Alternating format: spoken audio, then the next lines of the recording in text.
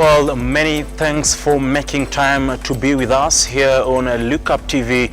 It is exactly 9 p.m. on this Monday, the 2nd of October 2023. Now, a day when the national dialogue resumed at the Bomas of Kenya, with various stakeholders submitting their proposals to that particular committee. Top among them, former Attorney General and who is also the former Busia Senator, that is Amos Wako. Now, among other stories that we've prepared for you tonight is the arraignment of Uasin Gishu Senator Jackson Mandago and his co-accused Joshua Lele and Mesha Krono in the botched education scandal that would have seen students proceed to Finland to further their studies. Now, Meru Governor Kawira Mwangaza, on her part, says she's determined and she won't be intimidated amid impeachment threats. Now, those are just some of the key stories that we've prepared for you tonight here on the Spotlight.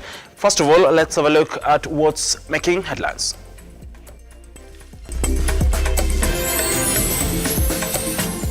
Tonight on the Spotlight, calls for the creation of additional administrative units take center stage as the National Dialogue Committee receives oral submissions from the public ahead of the conclusion of the public participation exercise on Tuesday.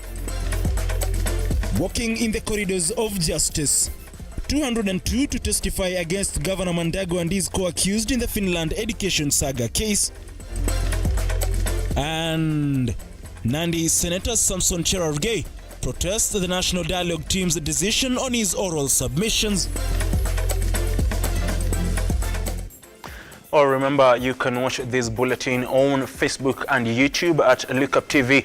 You can also engage with us across all our social media platforms at Lookuptv. Now, welcome to the program. I am Ian Kitani, and we start with the National Dialogue.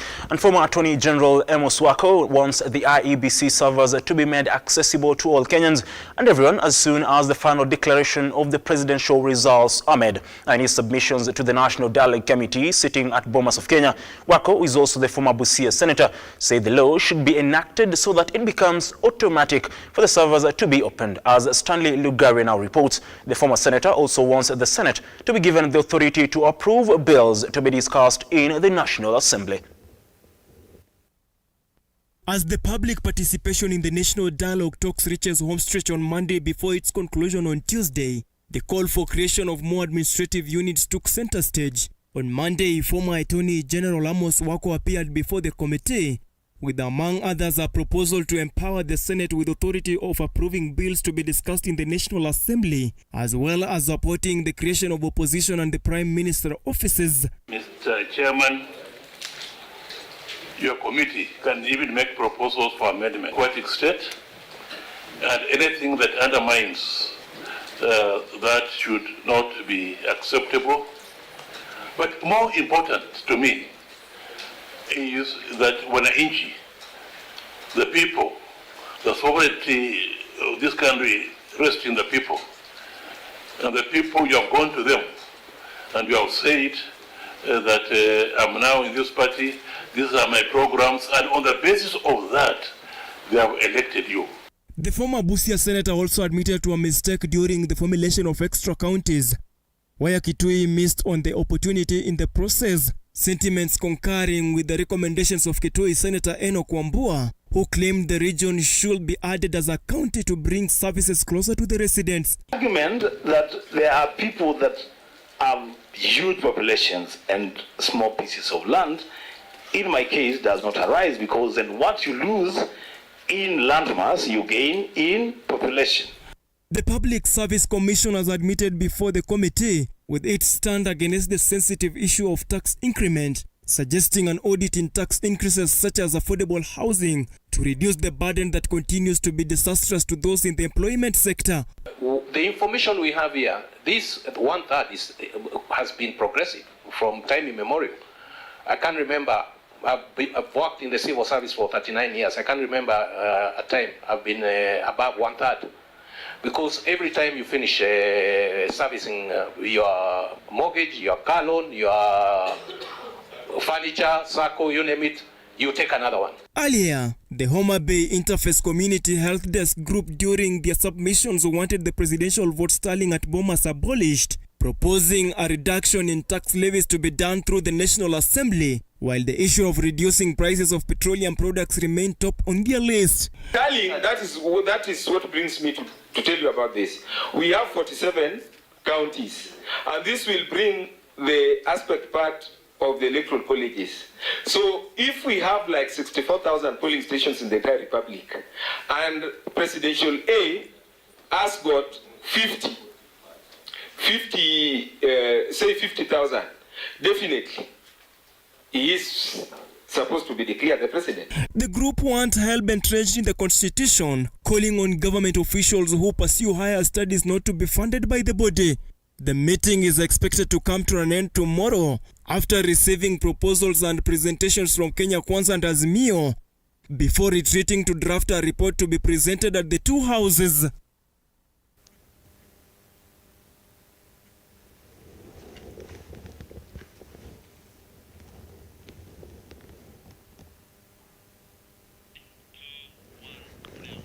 Now, moving forward to the corridors of justice.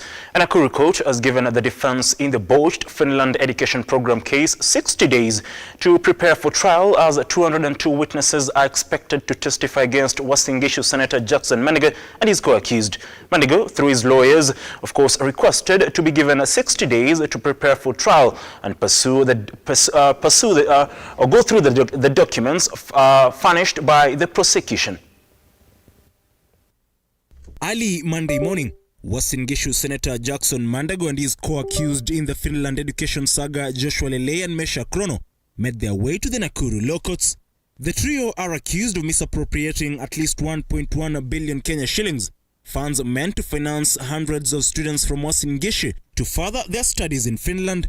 However, the prosecution now intends to use at least 202 new witnesses against the three, a move that forced the defense lawyers to request for more time to prepare their defense, with presiding judge Peter Ndege granting them a 60-day period. Thank you. That there is a number, witnesses number in 202. Obviously, Your Honor, given the size of the documents and the number of witness statements they're offering for the defense for purposes of rights under Article 50, we will require time, Your Honor, to prepare before directions for hearing dates can be given. The request was also necessitated by the prosecution's intention to produce new evidence, which was only made available recently. The issue of supply of the documents is anchored on the orders which were granted by the court on 17th August 2023, that the documents are to be supplied at their own costs. So once they bear the costs, we will be keen to supply the documents within 2 weeks. As for the time requested for preparation, we do not have an issue with that. We can take directions from the court. The case is expected to be heard on the 14th of January next year, with the parents and students continuing to call on President William RUTO to intervene and ensure their funds are reimbursed. So let's meet on 15th of January next year for further consideration. Ian Keitani, Lookuptv.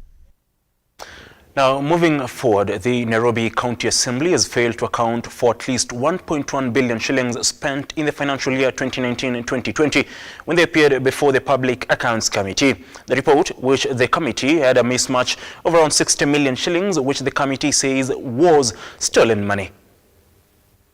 Nairobi County Assembly had a hard time before the Public Accounts Committee on Monday when they were put to task to explain the expenditure. Presenting the General Auditor report for 2019-2020 financial year, the report, which the committee termed to be inaccurate and uncertified, had an expenditure of 1.1 billion shillings, which they also failed to account for after mismatch of 60 million was accrued. This, the committee says, was stolen money. Financial statements contain the following errors and discrepancies. Roman 1. The statement of financial assets and liabilities incorrectly reflects Note 13, Note 14, and Note 15 as providing further disclosures on accounts receivables. Outstanding interest, accounts payables, that is deposits and retentions. Procurement was going on, salary payments were going on, operations of the assembly were going on, someone must take responsibility. And we cannot shut our eyes to the fact that there were people earning a salary to be custodians of public resources that have been sent to Nairobi County Assembly. The County National Assembly, however, asked for more time to present a written report. The Assembly was also asked to put to task to defend why they had not presented a report from the Auditor General for the year 2020-2021 financial year after being given 1 year to present the same report. The clerk not responding to 2020-2021, it automatically showed that there is incompetence somewhere. Somebody is not supposed to be holding the office. A CPA, because this query is supposed to be solved at exit meeting. In response, the National Assembly says they had sent the committee a written letter, which it was the context of the explanation as to why they were not able to present the report, the letter which the committee says did not receive. These accounts were being prepared on a very hard circumstance, and I want to believe... No, Bishana, how do you append your signature? Your signature is here. And that gentleman, how do you convince the Senate that you are fit to hold public office here? If I can say, there were some disruptions in the office. What nature of disruptions? Change of office. At a point you're in the office, sometimes you're not in the office. How does that happen? You get letters to be redeployed? You're deployed to a particular section at a particular point in time. Were you suspended during that period? Not yet, Chair. Mavin Getembe, Lookuptv, Nairobi. Now, Nandi Senator Samson Cherargei is not protesting why the National Dialogue Committee declined to hear his oral submissions on various issues he once addressed through the bipartisan talks. Cherargei, who was hit the headlines for proposing to increase the presidential term limit from the current 5 to 7 years, demanded NADCO to open up their doors for any Kenyan to make oral presentations. In his letter dated September 29, 2023, Cherargei said that the committee had succumbed to emotional blackmail and cowed to parochial political interest, resulting in non-practicing of the principle of natural justice. The latest development comes after NADCO declined a request from Cherargei to physically appear before the committee, saying that they would admit only his submitted memorandum. On 29, I did a response letter to the National Dialogue Committee. And I have indicated that I have noted with gratitude the contents in letter that was written to me. However, I have serious reservation against the letter, since it is unfortunate that you have succumbed to emotional blackmail and have cowered to parochial political interest, resulting in non-practice of the principles of natural justice. It was my wish to appear before the committee, National Dialogue Committee, to clarify the issue of national importance and interest, and more so on the issue of extension of presidential term limit, among other issues such as... In his submission, the Nandi lawmaker also wants the institutionalization of the office of the opposition leader, reintroduction of the office of the Prime Minister, constitutional backing of the Constituency Development Fund and Ward Fund, as well as veto powers of the Senate. I hereby wish to express my dissatisfaction on the committee on my memorandum, which they handle it casually, considering that the matters I have raised have elicited serious concerns among members of the public. And I have further attached my presentation to the perusal of the committee, and this is the letter I have shared in a protest letter to the National Dialogue Committee, for taking my issues, which are at shaking and will lead to the constitutional reforms of this country, casually. In his support for the extension of the presidential term limit, Cherargei argued that the current 5-year mandate is not enough to run a government. Brian Amwai, Lookuptv, Nairobi. Now that particular story by Brian Amwai takes us to a fast break here on the Spotlight. Don't go away because we have more, of course, news items prepared for you, including the wrangles in the Meru County politics.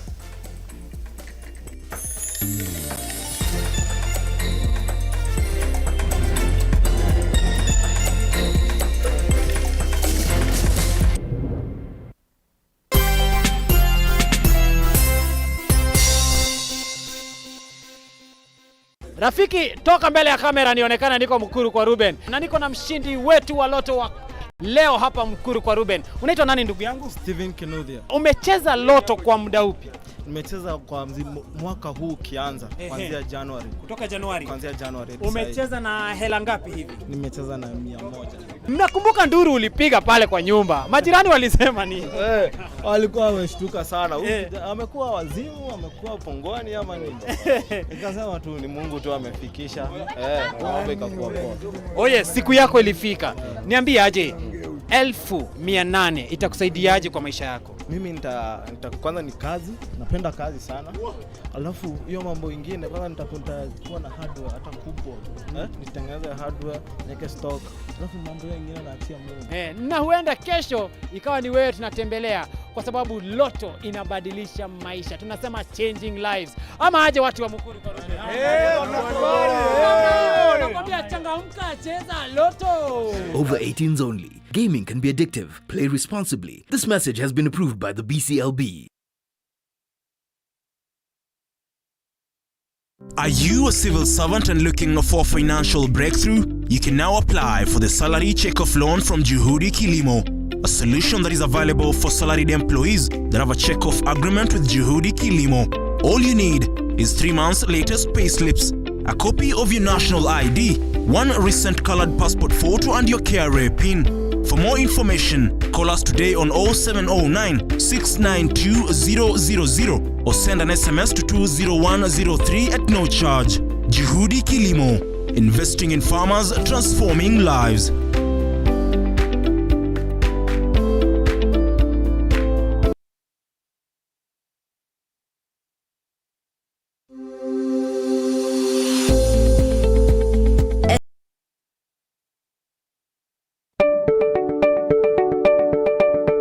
Are you looking for experts in waterproofing systems, concrete admixtures, flooring systems, refurbishment solutions, roofing, sealing and bonding, and building finishing systems?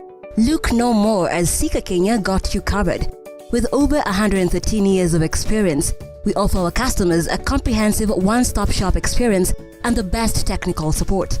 Our products are available in all leading hardware stores and building merchants across the country. Call us today on 0711 140 232 or 0786 140 834 or email us on sales@ke.sika.com. Sika Kenya, building trust.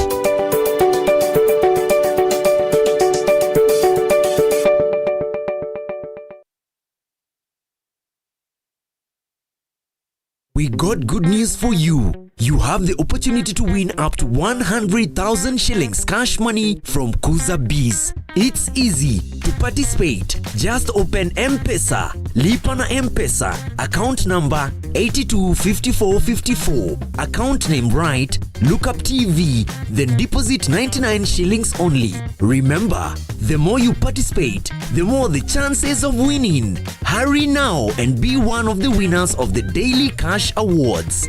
This game is BCLB licensed and is not open to persons under the age of 18 years. Play responsibly.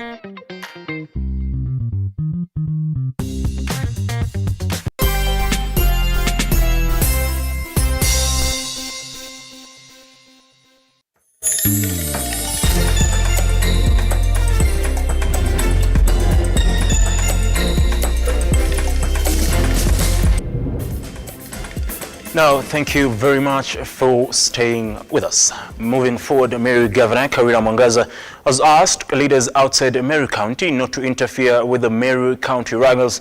The embattled governor called on the leaders in the Meru County to unite for the sake of Meru residents and ensure proper service delivery.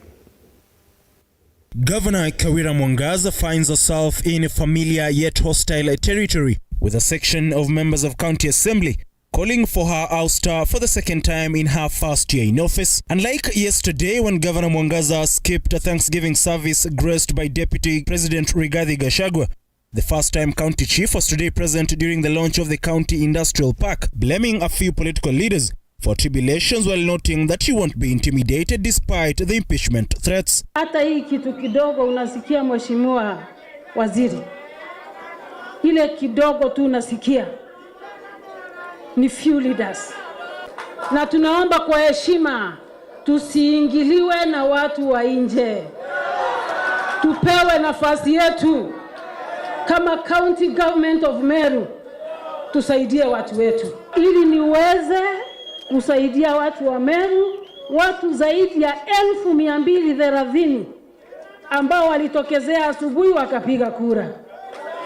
Wakasema mama anatosha. Trade Cabinet Secretary Moses Kuria, however, called on the governor to restrain from getting into a political warpath with other county leaders. Unajua tulikuwa nawe bunge. Unajua pia wewe upunguza vita. Punguza mimi, unajua kama mimi nilipunguza, hata wewe unaweza punguza vita. So assignment yangu ni moja. Uhesabu maadui wote, nimekupatia 1 week, you reduce them by 50%. Kama sio lazima umalize wote. Usikuwe na unapigana na huyu na huyu na huyu. Sasa kuna chakula ya kupikwa leo na kuna ingine mzungu anasema ya kumarinate upike ujao. Wacha kuweka maadui yako yote pamoja. Governor Mwangaza continues to champion for her transformative agenda, noting that her administration will continue serving Meru residents with the diligence, with the Trade CS Moses Kuria reiterating that the national government will steer away from Meru politics. Naona kazi ama muoni kazi? Nina mwito siku ya leo kwa viongozi wote wa Meru County. It is very important for us to understand the role and the duty that God gave us. It is not to fight, it is to work to the people of Meru. Kwa hivyo mimi niambie viongozi wenu, mimi sina haja yoyote na kuingilia siasa ya Wameru. Na kiongozi wangu mkubwa wangu Rigiji mwenyewe alikuwa hapa jana huko Rare. Na akasema mambo ya Meru iachwe nani? Wameru. Ian Keitani, Lookuptv. Even as the power politics continue to take center stage in Meru County, the big question remains, is darkness looming for Governor Mwangaza? Now, moving forward, West Pokot through the Ministry of West Pokot County, through the Ministry of Education, has initiated a kangaroo system form of learning, primarily aimed at curbing school dropout cases. Now, early pregnancies and early marriages in the region, or all those are the three which has been a major setback in the region. Now, speaking during the launch of the two speaking in the region during the launch of the 200-bed capacity dormitory, West Pokot Senator Julius Mulgor said the majority of the pupils in the region come from poverty-stricken families. Education in the pastoralist regions has always been a pipe dream.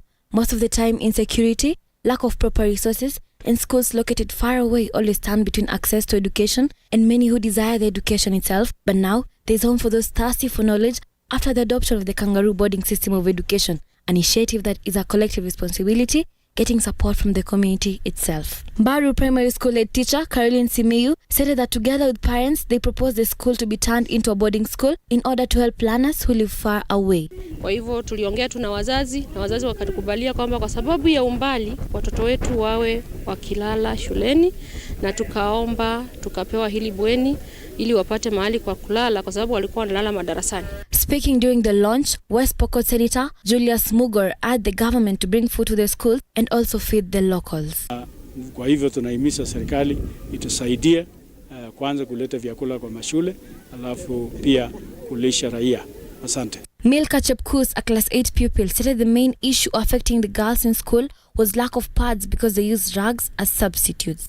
She urged the government to bring pads and hand wash in the school. Tuko na shida kwa wasichana, tunataka pad kwa shule. Watu wanatumia kiraka kwa shule. Tunaomba bad kwa shule, tunaomba kama serikali watusaidie kwa hiyo vitu. Na shida nyingine tunataka kitu tunawashia nini mikono kwa shule. Iebc, Lookuptv. Now, moving forward, residents of Kapedo in Turkana County have complained about being isolated by the Interior Cabinet Secretary Kithure Kindiki. This is after the delay in launching of the Seguta sub-county in that area. Now, the residents complain that they are forced to travel long distances to access government services. Turkana Governor Jeremiah Lomurukai has called on the President to intervene in this particular matter. Residents of Kapedo in Turkana County have complained about the delay in launching the Seguta sub-county despite Interior Cabinet Secretary Kithure Kindiki promising it would be open in July. This has forced these residents to walk over 300 kilometers from Kapedo to the Lodwar town to access government services. Kwa tumepromisiwa kuwa sub-county ya Seguta itaanza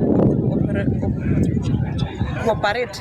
Lakini hadi sasa saizi hatujapata ni sababu gani sub-county imechelewa. Pia kwa sababu ya insecurity. Sisi tuko na barabara kutoka Marigat ambayo inaunganisha Turkana pamoja na Sudan. Just 100 km from Kapedo to Pokori. Lakini kwa sasa saizi hatuwezi. Bandits wako hapa. Kitambo ufike kutoka Marigat to Kapedo, bandits wako katikati. Lazima tusindikishwe. Sisi ni wa Kenya ama sisi si wa Kenya. Tunaomba Your Excellency the President of the Republic of Kenya. Tunaomba hiyo sub-county yetu yaharakishwe. Sisi wengine watu wetu wanaishi pale Dauni. Kupata kipande hawawezi wakapata. Wanafanywa kitu inaitwa vetting. Na sisi we are just marginalized mpaka saa hizi. Tunaomba kwa sababu uko na uwezo wa kutusaidia sisi.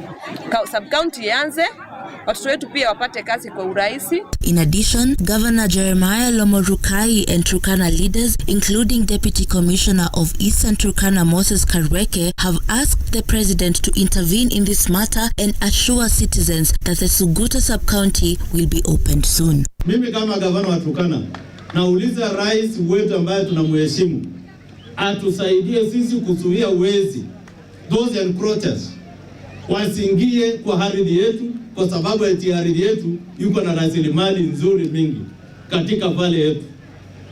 Niko na uhakika viongozi wetu, rais wetu, PS, CS wa Interior Security ako na huo ujumbe.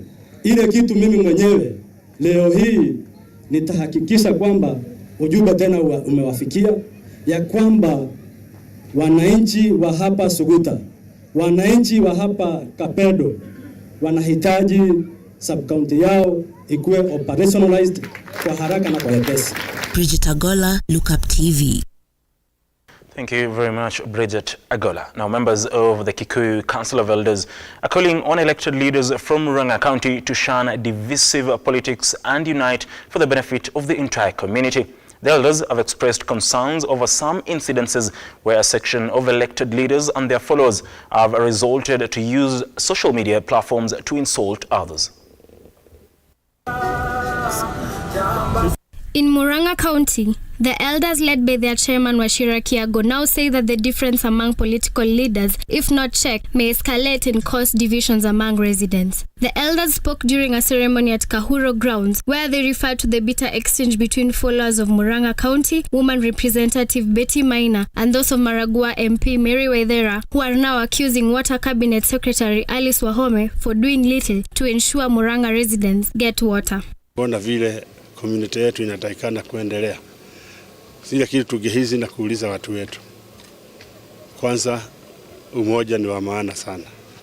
Tushikane na tufikirie sana habari ya watoto wetu ili tuendeleze hii nchi yetu pamoja na community yetu sawa. Elsewhere, Cabinet Secretary for Labour and Social Protection Florence Bore says that the government of Kenya will fast-track the completion of buildings whose construction has stalled for 3 years at the Children Welfare Society of Kenya grounds in order to enable the institution to accommodate all vulnerable children currently living in private children's homes. Na pia tunaangalia mijengo ambayo zinaendelea. Ukiona pale nyuma yetu unaona projects 3 ambazo zinajengwa. Ni kwa sababu hizi buildings ambao tuko nazo ni ya zamani na ni ndogo na watoto wamekuwa wengi. Kwa hivyo tunataka kumalizia hizo projects ndio tuweze kuchukua watoto wengi ambao wako kwa centers zingine ambao wamejaa. There are those who come daily, there are those who are reintegrated daily. Our social workers are always working.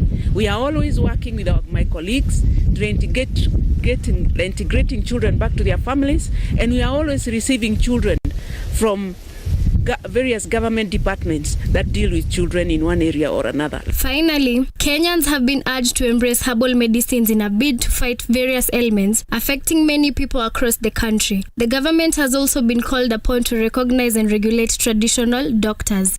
Janet Koech, Lookuptv, Nairobi.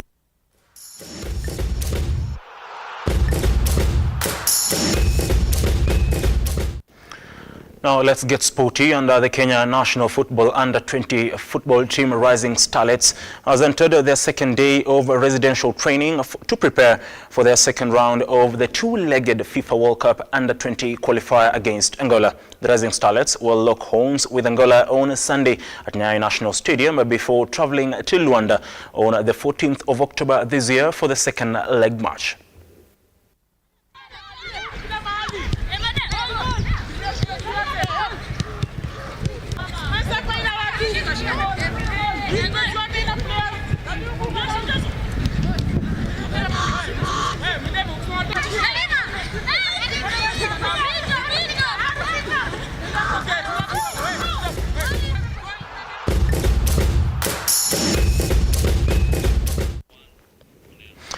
Now, that particular story wraps up our bulletin this particular night. Many thanks for joining us and choosing Lookuptv as your home of unrivaled news coverage.